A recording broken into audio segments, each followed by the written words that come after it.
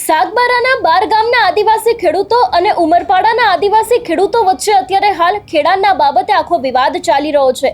ભારતીય જનતા પાર્ટીના નેતાઓ હોય કે વિપક્ષના નેતાઓ હોય એ દરેક લોકો સાગબારાના ખેડૂતોના સમર્થનમાં આવ્યા છે, પરંતુ હવે આ સમગ્ર મામલે નિવૃત્ત આરએફઓ જે હતા એમના દ્વારા પણ સાગબારાના ખેડૂતોને કાયદાકીય રીતે માહિતી આપવામાં આવી છે। આખો આ મામલો શું છે, અત્યારે હાલ ત્યાં શું પરિસ્થિતિ છે, તેની વાત કરીશું આજના વિડીયોમાં। નમસ્કાર, હું હંસિની અને તમે જોઈ રહ્યા છો નિર્ભય ન્યૂઝ।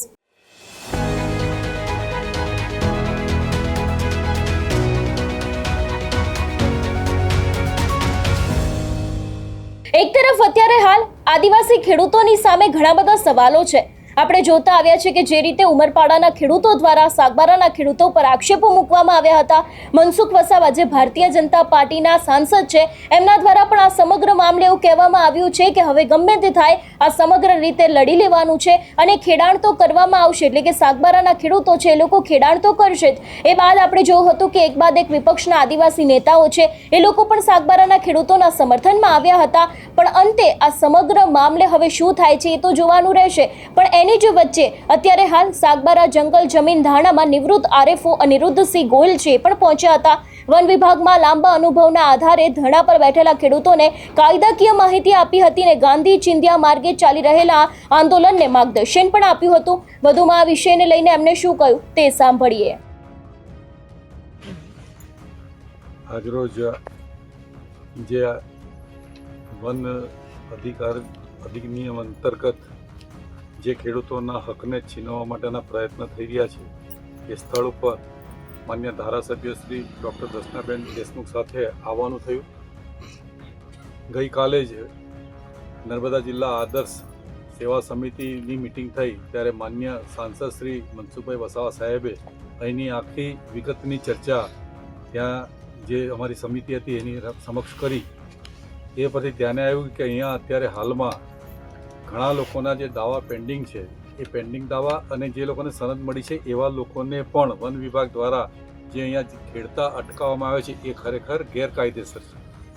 અહીંયા સ્પષ્ટપણે બતાવવામાં આવે છે કે એક પ્રયત્ન અધિકારી એવું બોલે છે કે ભાઈ જ્યારે દાવા પેન્ડિંગ હોય અને એ પેન્ડિંગની જ્યાં સુધી કાર્યતા પૂર્તતા ન થાય ત્યાં સુધી આ ખેડૂતોને જમીન ખેડતા અટકાવવામાં ન આવે એવો સ્પષ્ટપણે ઉલ્લેખ કરેલો હોવા છતાં જે આ કૃત્ય કરવામાં આવે છે ખોટું છે અને વન વિભાગ દ્વારા જો આ થતું હોય તો એક હું રિટાયર્ડ આરએફઓ તરીકે કહું છું કે તમારી જોડે આટલી પૂર્તતા હોય તો પણ ઘણી થઈ ગઈ। બીજી બાજુ એવું છે કે ભાઈ વન સમિતિના લોકો ઘણી વખતે વયમનસ્યને કારણે પણ પોતાની બીજી પાર્ટીને સમર્થન ન કરે તો તેવા સંજોગોમાં વન વિભાગ દ્વારા 5 થી 6 મુદ્દાઓ જે લેવામાં આવે છે તેમાં ગામના એક વડીલ વ્યક્તિ જેની ઉંમર મોટી હોય 70 વર્ષની આસપાસમાં જેની ઉંમર હોય અથવા તો આ જમીન 2005માં એ પોતે પુખ્ત વયના હતા અને જમીન ખેડતા જોયેલા છે એવો પુરાવો આપે તો એને પણ ગ્રાહ્ય રાખીને વન વિભાગ દ્વારા આ પૂર્તતા ફાઇલોને મંજૂરી કરવાની પૂરેપૂરો હક હોય છે। તો એ કરીને પણ વન વિભાગ આ કાર્યને વહેલી તકે પૂર્ણ કરે અને આજરોજ ડૉક્ટર દર્શનાબેન દેશમુખના સાનિધ્યમાં અહીંયા જ્યારે આવીને અમને આ જે બધા લાભાર્થીઓ છે એને મળવાનું થયું। ખરેખર એક ચિંતાજનક વસ્તુ છે કે ભાઈ 20 વર્ષ પહેલાંથી જે જમીન ખેડતા હતા એવા લોકોને અમારા ધારાસભ્યશ્રીએ કીધું તે રીતના કે 20 વર્ષ પહેલાં જંગલ ખાતું ઊંઘમાં હતું તે દિવસે કેમ એમ નહીં અને જ્યારે તમે જમીન ખેડવા માટે જો ન દેવી હોય તો તમે આજ દિન સુધીમાં કઈ કાર્યવાહી કરી છે તો ખેડૂતને જરા બતાવો તો ખરા કે ભાઈ આ કારણસર તમને આ જમીન ખેડવા દેવામાં નથી આવતા। તમે સીધા આવીને બંધ કરવાની જે પ્રયત્ન કરો છો એ ખરેખર ગેરવ્યાજબી છે, એ ન થવું જોઈએ અને સરકારશ્રીને પણ અમે અપીલ કરીએ છીએ કે વહેલી તકે આ ખેડૂતોને યોગ્ય ન્યાય મળે અને એમને પોતાના જે ખરેખર એક કુદરતી નિયમ મુજબ કે જેની પાસે કોઈ વ્યવસ્થા નથી એ સામાજિક અથવા સરકાર એની વ્યવસ્થા કરતી હોય છે તો સરકારે એ વ્યવસ્થા કરવી જોઈએ કે આ જે જમીન વિહોણા કરીને તમે શું સાબિત કરવા માગો છો, તેના બદલે એને પોતાને જે જમીન આપવામાં આવે છે એ એની જીવન નિર્વાહની જગ્યા છે।